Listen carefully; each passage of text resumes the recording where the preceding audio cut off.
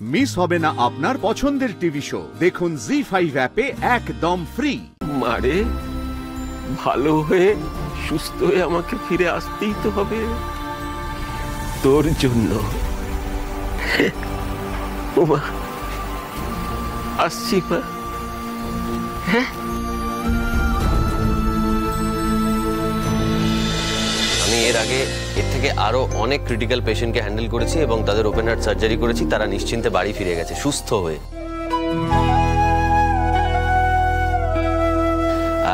আপনার কেসটাতে একটু ঝুঁকি আছে, তবে লাইফ থ্রেটের মতো কিছু নেই। Hope for the best. চিন্তা করবেন না, সব ভালো হবে। আমার ছেলে যখন একবার নিজে মুখে বলে দিয়েছে, ব্যাস আর কোনো চিন্তা নেই। জানেন তো, সকলেই বলে আমার ছেলে কিন্তু খুব বড় ডাক্তার।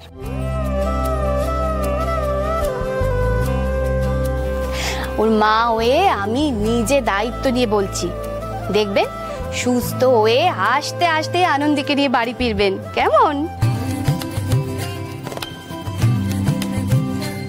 প্লিজ মা, এবার তোমরা বাইরে যাও। আইসিইউটা গল্প করার জায়গা না, প্লিজ বাইরে যাও। হ্যাঁ যাচ্ছি তো। আনন্দী চলো মা, চলো এসো, চলো চলো, কিচ্ছু হবে না।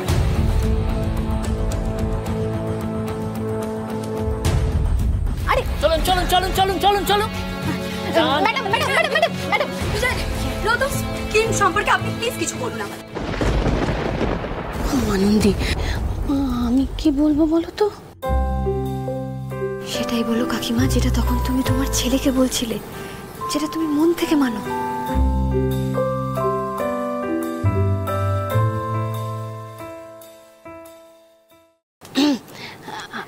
আমি শুধু চাই মানুষের ভালো হোক।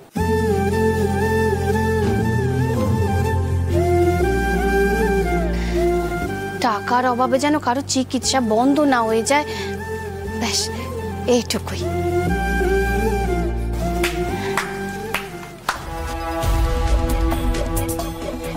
ঠিক তাই। আর এই পুরো স্কিমটার দায়িত্বে রয়েছেন number 1 cardiac surgeon doctor আদিদেব Lahiri. আমরা শুধু চাই যে বিজয়া আরোগ্য যোজনার এইরকম একটা স্কিমের প্রথম যে সার্জারিটা হচ্ছে, সেই জার্নিটার সঙ্গে আপনারা থাকুন। ম্যাডাম, আপনি এমডির পদ থেকে সরে যাওয়ার পরই কিন্তু এই স্কিম চালু হয়। এই স্কিম সম্পর্কে আপনার কি বক্তব্য? আমরা বক্তব্য রাখি না, আমরা নিজের কাজের মাধ্যমে স্টেটমেন্ট তৈরি করি।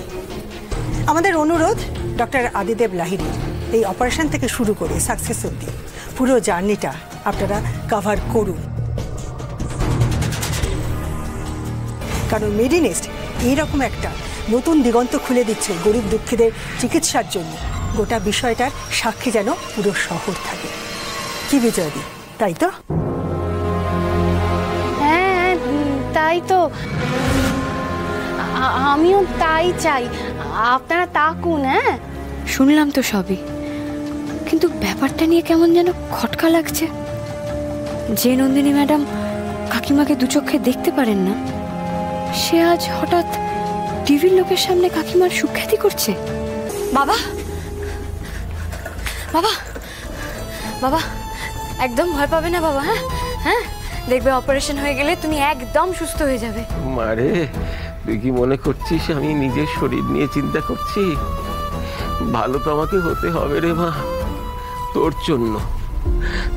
একাই লড়ে যাচ্ছিস, তোর পাশে তো আমাকে থাকতে হবে না কি রে? হ্যাঁ, তোর পাশে আমাকে থাকতেই হবে রে মা।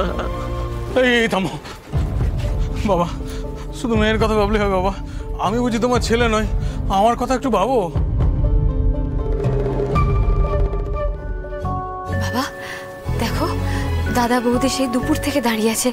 আর রাগ করে থেকো না বাবা, এরকম ভাবে মুখ ফিরিয়ে নিও না।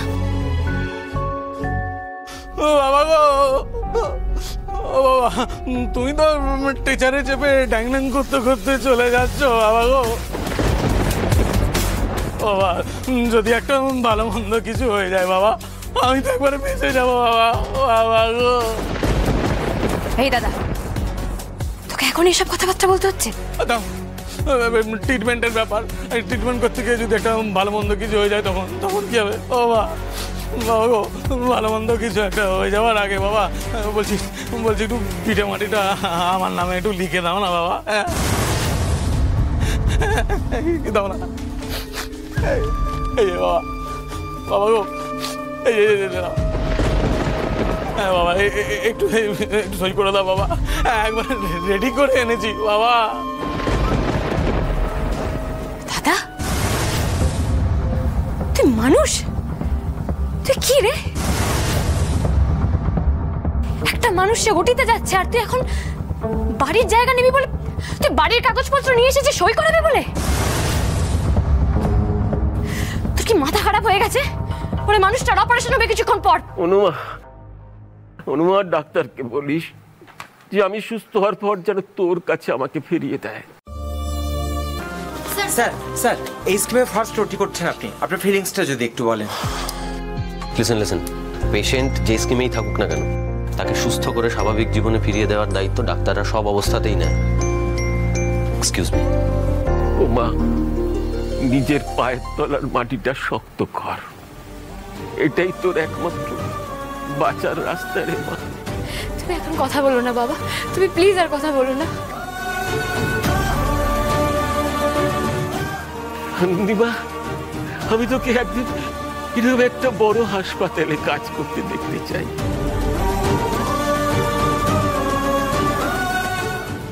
নিজের সব স্বপ্ন তো জলাঞ্জলি দিয়েছিস,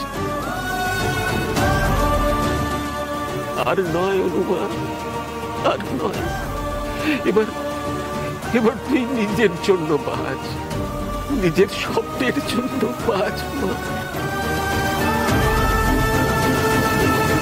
বাবা তুমি ভালো হয়ে যাবে বাবা, তুমি সুস্থ হয়ে ফিরে এসো, তারপর কথাগুলো বলো, তুমি ভালো হয়ে যাবে তো।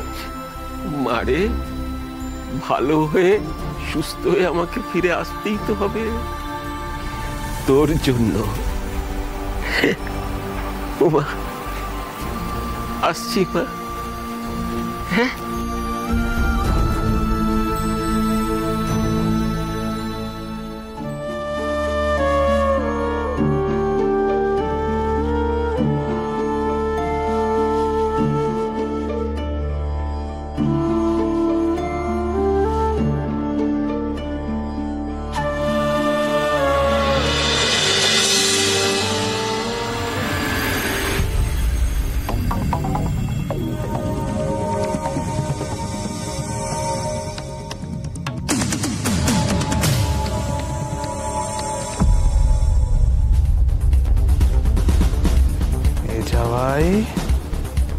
শেষ যাওয়া নয় তো।